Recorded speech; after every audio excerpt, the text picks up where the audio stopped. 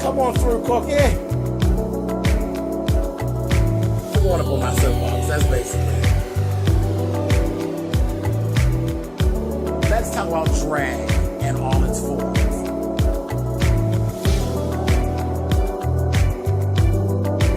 What,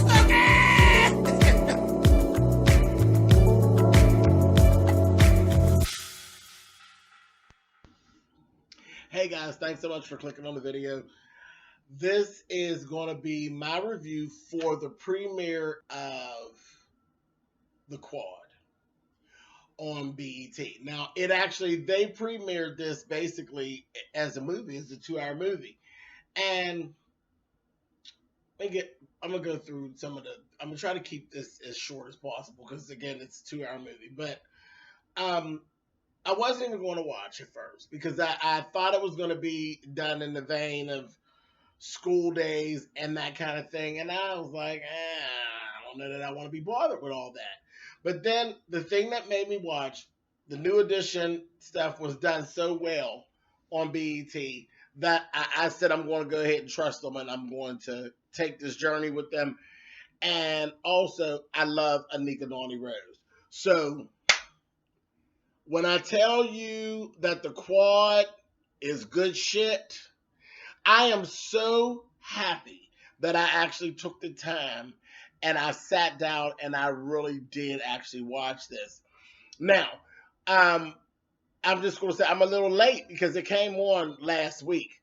And I know Forge Rocks said that she was actually possibly going to review it, but I don't think she got a good feel, but she said she would revisit. I know for a fact that C.C is actually reviewing. Please, if you guys don't know, I don't know how you don't know C.C, but she is a fierce goddamn YouTuber with amazing editing.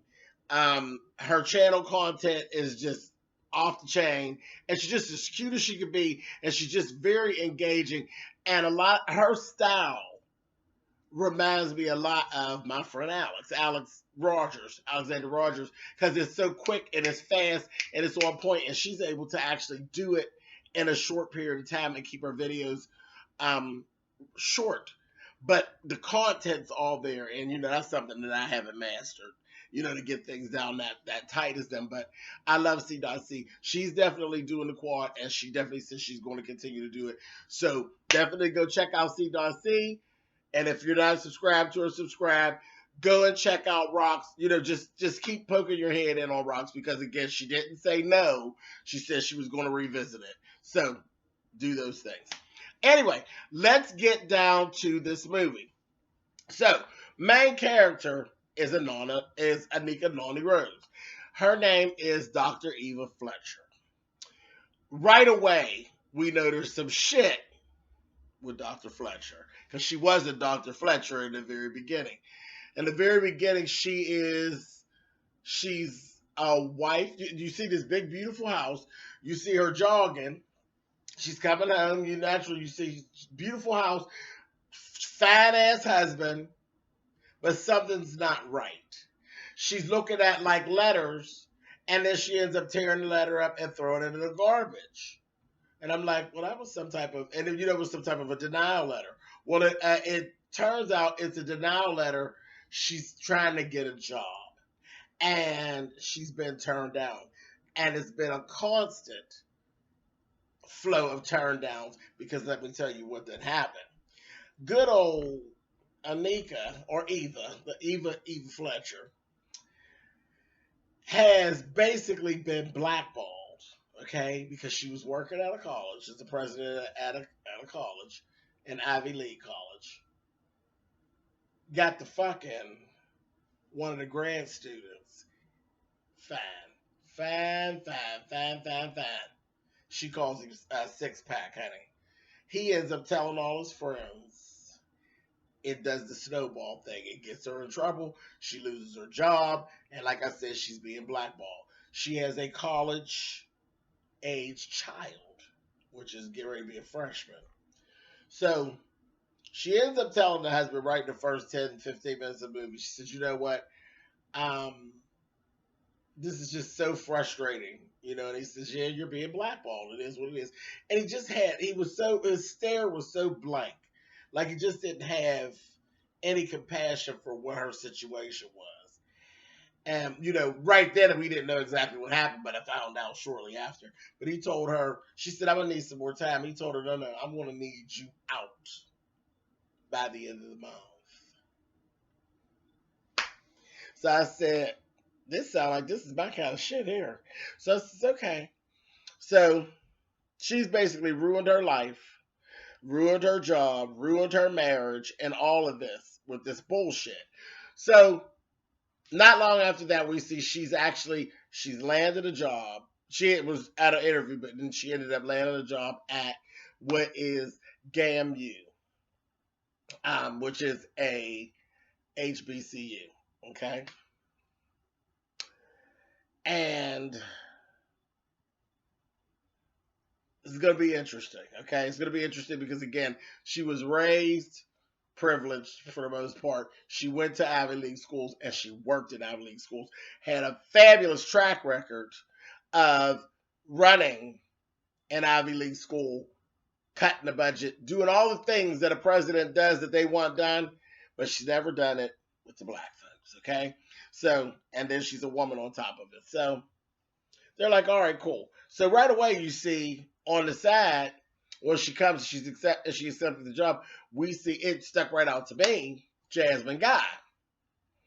Yes, legendary Jasmine Guy. Her name in the movie is Ella Grace Caldwell, spelled different than mine, but we'll take her just the same. You find out very shortly, and she only has really two allies through this whole thing because there's some shit that goes on at GAMU. GAMU is completely full of shit, okay? So her two allies is actually Jasmine Guy, and then there's a lawyer who actually comes in, and I think there's going to be more that we're going to see, but I'll talk about her in a minute. Okay, so she comes and her daughter's with her. So her daughter's a freshman. Of course, her daughter gets to go to school for free. Daughter did not want to go to GAMU, but bitch, we done fucked up. We ain't got the money. Your dad is bitter as hell. You're going. It is what it is. Shortly after they get there, the daughter, we see the daughter she's just like any other daughter. That's a little rich girl. Honey, she smokes weed and she drinks and she does whatever the fuck she thinks she's big enough to do. She ends up meeting a little white girl named Madison, a little cute little white girl. And Madison had just lost her roommate because she said, "Damn, I wish I lived in the dorms." She was living in the dorms. They have a big house on like right off campus. That's the president's suite. But her mother allowed her. She did. She's Dr. Fletcher. Now, Dr. Fletcher let her go ahead and move in with Madison. And so all of that goes on. And she's over there, basically just living the freshman life. Nothing too bad. Madison actually is not a bad kid. And Madison's actually in love with a guy from where she came from who is ignoring the fuck out of her. And that'll break up, and you know how that goes. Okay, so there's one other person, when I said about the allies, there is one other person that I sensed a little fever from, who I think he's a little sweet on Dr. Fletcher, and he fine. That's Sean Blakemore, plays the character. He is the football coach, Coach Hardwick. And I think he's a little sweet on her, and she kind of, I know she notices that he black as me and sharp as shit. I know she notices, okay? Even though, six pack is light skin and all that. But they have a little run in right away. She's going around and, her first thing was, I bet I could cut 10% out of the budget here. Because, of course, historical black colleges, they have low money. And she's still saying, I bet I could get 10% out of that, that's being spent the wrong way. So, cool. Him and her have a run in. Their football team basically sucks. Okay? And that's that. So, she's like, okay, I got some insight to something. You and I are going to take a little trip. I'm going to help you out. I'm going to help you out. Now, on the other hand, another thing that is actually huge there at GAMU is the band. The band is actually run by Mr. Cecil Diamond, who is a son of a bitch from the door. He's a son of a bitch. Very, very arrogant. Up to date, he is actually, the band has been the largest source of what comes in as far as the band. As far as that college goes, as GAMU goes, it is the thing that they are known for. You know, there's people that come there just to want to be a part of the band. They have won things. They are, you know, renowned. You know, people know who they are. And he is a complete asshole. He really, really is. He is his own biggest fan. And at the same time, he is the largest bill that they have at GAMU. So, of course, whenever she approached him, he met her with all opposition, okay? Basically, I mean, really nasty. Told her, you know, from the door, I don't work for you and I never will. And she told him, you know, we're going to have to figure something out because the way that you're coming at me, all it's actually going to end up being is a pissing contest. And trust me, you're going to be at a disadvantage. And he said some shit, some slick shit to her. She said, oh, called her Ivy League or some shit. She said, oh, so I get it. So I'm not black enough. I don't know nothing about the black experience because I went to Ivy League schools and I worked at an Ivy League school. And she basically told him, you know, more or less, I'm the big dick here, not you, you know. And she literally went all the way as far down and told him verbatim, you'll do what I say do, or I will put my foot square up your ass. Is that black enough for you? I said, yes, bitch. Come on, Anika. Come on through. So, him and her don't gel at all. He is what I see as on staff. He is like an at work boyfriend, girlfriend for the most part. He's like the side chick. And his name is Carlton Petaway. I don't know what he's on the board or whatever, and he's a teacher or something. Maybe he's a professor, but he is like Diamond's bitch. So what I say is little girlfriend, they're not actually like gay or anything, but he just runs behind him and whatever he says goes. And he's like his little at work wife. You know what I mean? Just ridiculous. And the thing that struck me so funny, in this school, the problem with GAMU, they got a real problem about females. It's old boys club, you know what I mean? And has been that way since 18, whatever they were saying, the 1825, whatever the date is. It's just ridiculous. But it's an old boys club. And Jasmine Guy's character, she basically she's like, how did you think they were going to let you just come in and be a woman and just take over? She's like, okay, well, whatever. So you see that right from the beginning. And I can't stand Diamond and Petaway. Them two, I just can't with them. Okay, so let's go on to some more of the students. Let's talk about Cedric. Cedric is a student. He's one of the main characters. He's actually from Chicago. He is an aspiring rap artist, basically. His mother sent him to GAMU. He didn't want to go to GAMU. His mother said, you're out of here. Because, of course, you know, Chicago's Chicago. When the movie first started, him and his girlfriend literally were at a goddamn concert and there was a shooting. The girlfriend actually saw who did the shooting and they were like, okay, so they threw that out there. I knew we were going to revisit that. But his mother was like, you're up out of here. You're up out of here. She sent him to GAMU. So he immediately, you know, he's a hustler. He's a hustler. He's always constantly working on his music, you know, arguing with his mother because his mother's like, fuck that music, you're going to be something else. I know this story so well. But anyway, you're not going to work in these arts. You're going to do something and have a regular job. That's going to be that. I know the story too well. But anyway, so his aunt actually believes in him. Aunt slipped him a little check and everything and that kind of thing. So he has that whole little internal struggle going on. His girlfriend actually shows up at school and they're actually, you know, around campus. He asked her, Has there been any type of something going on? What are you doing here? Has there been any type of going ons about that murder that you seen? She said, no, no problem. So,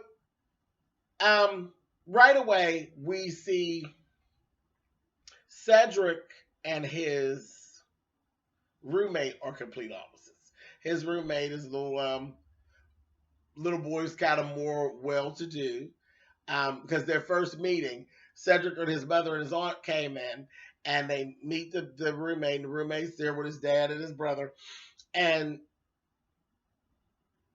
Cedric says, "Oh, cool, we got a TV." And the little roommate said, "No, I have a TV."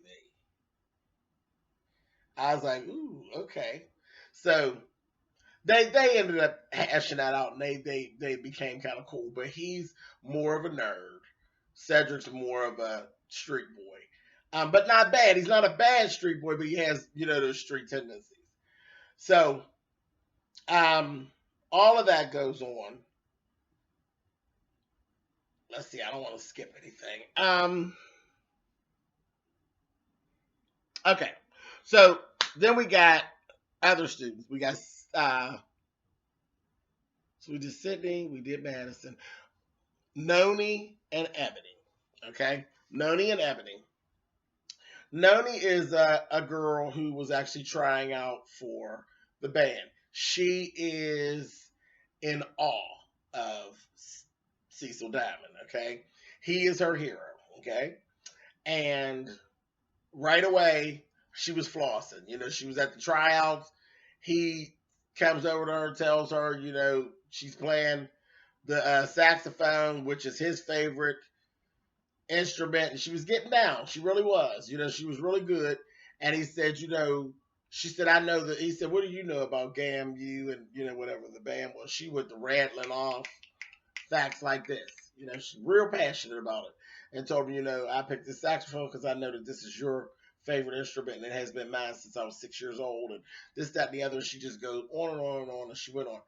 And again, remember what I told you about females and GAMU? They ain't got no use for them. So the band leader actually stepped in because she was getting ready to rattle off like their mission statement. He jumped in the middle of that conversation and shut her down and was just as mean to her. What the hell? So that whole thing happened. Shortly thereafter, we see that they posted who made the team, who made the band, and who didn't. Ebony and Noni are actually roommates. They have a lot of little things in common as far as love of music and that kind of thing. But, Noni wears her ass on her shoulders because, again, she's been trying to do this all her life, and she feels she's very passionate. Ebony's more of a yo girl, okay? Cedric, before the girlfriend got there, Cedric was falling for Ebony, okay? He liked some of that Ebony, honey, because you just had that little street thing going on. And here it turns out Ebony made the band and Noni didn't. Didn't surprise me because, again, this is a school where right away you see it's a boys' club. So that didn't surprise me because Noni was too much of a standout. So, at any rate, Noni kind of works her way around it and says, well, I'm glad it's you, this, that, and the other. And her and Ebony have become like friends. They're becoming friends. So shortly after that, when they're getting ready to start rehearsals, hazing takes place. And in the midst of some hazing, Ebony ends up in the hospital in critical condition. Noni knows all the facts about it.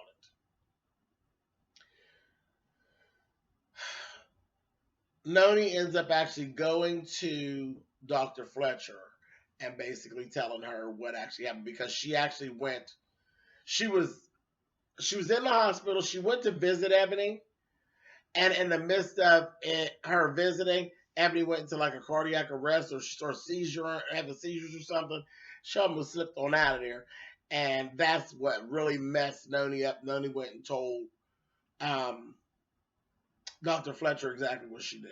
Dr. Fletcher at that point That's when things started to stir up.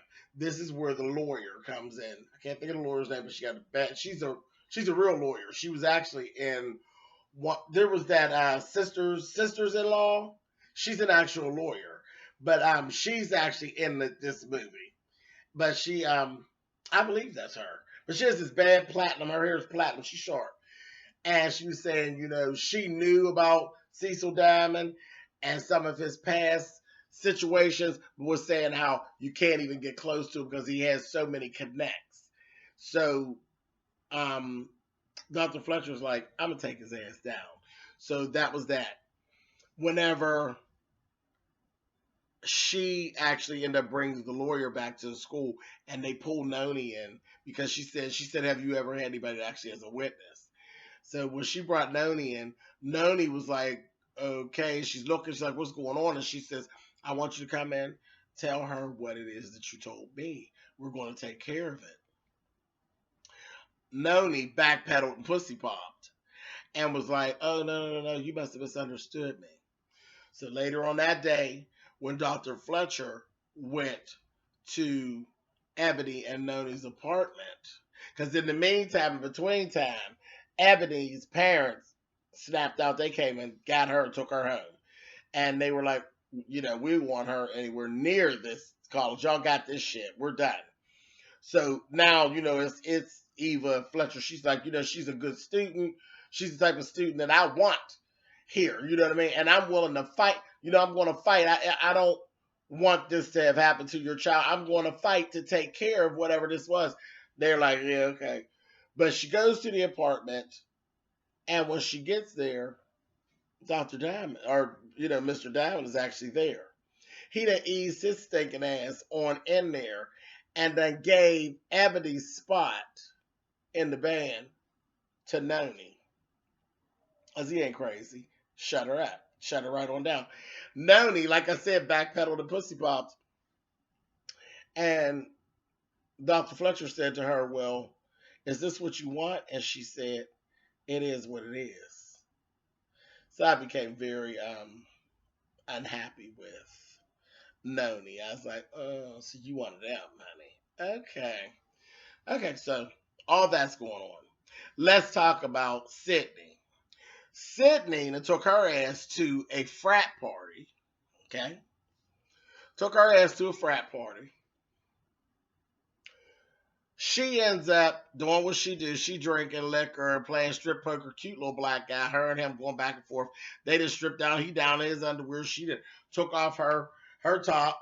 And noticing the whole time, she goofy. Should have been around little white kids all her life, honey.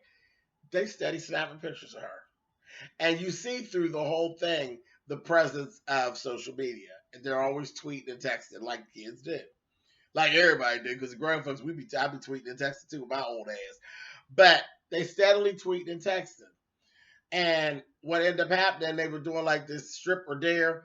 They ended up daring her. The guy ended up daring her to go kiss this girl. She walked over, grabbed the girl, and the girl started going at it. I said, oh, lesbonics at its best. Next thing you know, she passes out. And they end up, it was a whole mess. So the frat, they drove them to Dr. Fletcher's house, Madison, because Madison had just actually gotten there. She didn't see exactly what happened. When she got there and broke through the crowd, she looked and sees Sydney stretched out. She gets Sydney. Some guys take them, drop them off at Dr. Fletcher's house, and they speed off and just leave. So, Madison doesn't really know who they are or whatever. Ends up getting that all together. Of course, she brings a doctor in home to take care of Sydney. Sydney was like that close to really being fucked up due to alcohol poisoning. So I laugh because there was a part in there where she ends up calling the husband. And like I said, the husband is just fucking bitter. And he really is like, he just can't forgive her for what they've been through. He just really is hard ass about it. He's like, oh. And she's like, I can't do this. She's like, this is too much. There's so much going on here. And she's like, and this didn't happen. She's like, I need my family unit. Sydney needs you. I need you. He's like, you fucked it all up. All about him. And Meanwhile, we had a scene just before this, about 30 minutes before this, where the boy who she actually had the affair with was trying to text her, and she was like, "Go away." She's really like, "No, go away."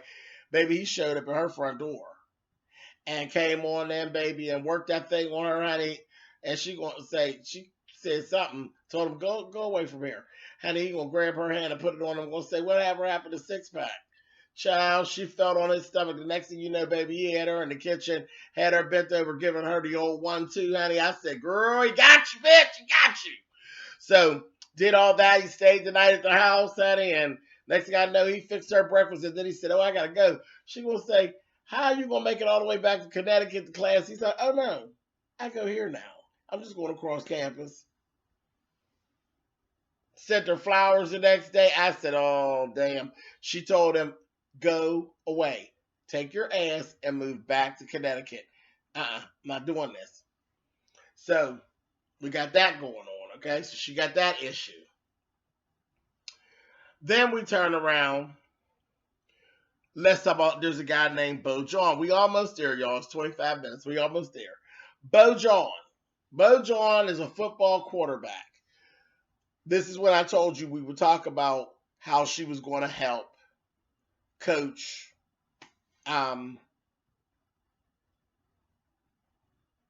Hardwick. She's going to help coach Hardwick. Bo John is a badass goddamn quarterback, okay? But he has a racist father. He has a messed up past. He's another one that's been blackballed pretty much and needed a second chance because he got into an altercation where he literally choked his last coach. So they were like, "He's good, but we don't want that stigma on us at all." And she's like, "You need something for this football team, and I believe I could turn things around with Bo John and make it work." So she said, "We're going on a trip." They went to visit, ran into the racist father and all of that. She was really cool, had a good feel with Bo John. The father turned her completely off. She ended up getting up out of the meeting because the coach was in his mode of, how coaches beg. And she's like, "Begging is for dogs." She said, "Throw your card on their table. We're out of here." Because they were going to give him a full ride and all of that. And the dad was talking shit. How much salt you got on you with that old racist shit.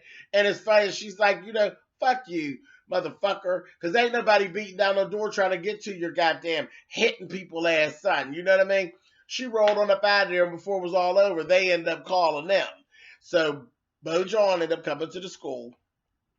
Very first thing that Coach Hardwick did, he was testing him out. He saw the potential in Bo John. It was everything that they said it was.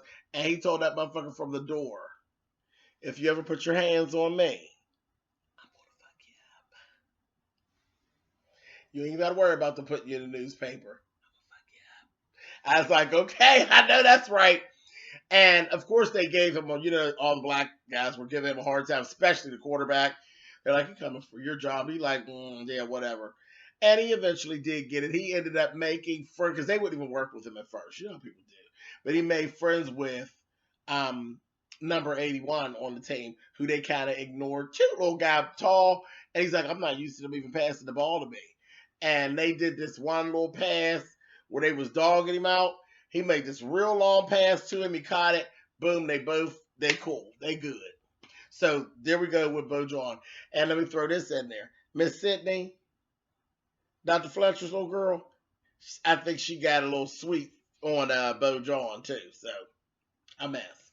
Anyway, so all of that's going on. So then there is a rap artist comes there from Chicago, and there's going to be a concert. So this is where we end out the movie. Okay, I'm be done in 30 minutes, y'all. Just here we go. Okay, so the rap concert comes. Of course, Cedric's on his grind. He makes time afterwards, sees the guy, tells the girlfriend stand there, he rolls up, gives the guy his little MP3 player. He's like, please listen to this song. It's fire. I'm from Chicago, just like you are. This, that, the other. He's like, all right, I'm gonna listen to it, and I'll get back with you. He's like, all right. He ends up seeing them. It was terrible, but he ends up seeing them like taking it and throwing it out the car, like, oh fuck him. And he like got all, it fucked him up, put him in his feelings. He ended up bumping into this guy, and they end up having a little tiff. By that time, he turns around and he looks, and he's like, well, where the fuck did my girlfriend go? Here, she'd have disappeared. He's laying in the bed, and there's a knock on the door, because he kept saying, well, where are you at? And he tells the boyfriend, the dude, his roommate's over there laying. Somebody's knocking on the door early in the morning. It's like 8:30 in the morning. He's like, oh, that's probably, my girlfriend knocking on the door. And he's going to the door and he's saying, I've been, looking for you all night. I've been trying to find, I walked the whole campus looking for you. Here was the police at the door. And the police asked him who he was. He tells them who he is. They start cuffing him. And it's like, you're being put under arrest for the murder of Chantel, whatever her name is. And then we actually see somebody had actually snatched her out of the crowd, killed her ass, and threw her over in some bushes. So that bitch knew all along somebody was after her ass and didn't say nothing. So that was where things ended up with Cedric. That'll take us into the first episode, I guess. And then the last thing was the good old boys. Here, the little side chick, Petaway, rolls up, and there was a whole thing about Dr. Eva had actually went and met with the trustees. First thing in her plan, she got the whole code of conduct redone. So she's like, that whole hazing thing and all of that, immediate dismissal. She's like, it will not be tolerated.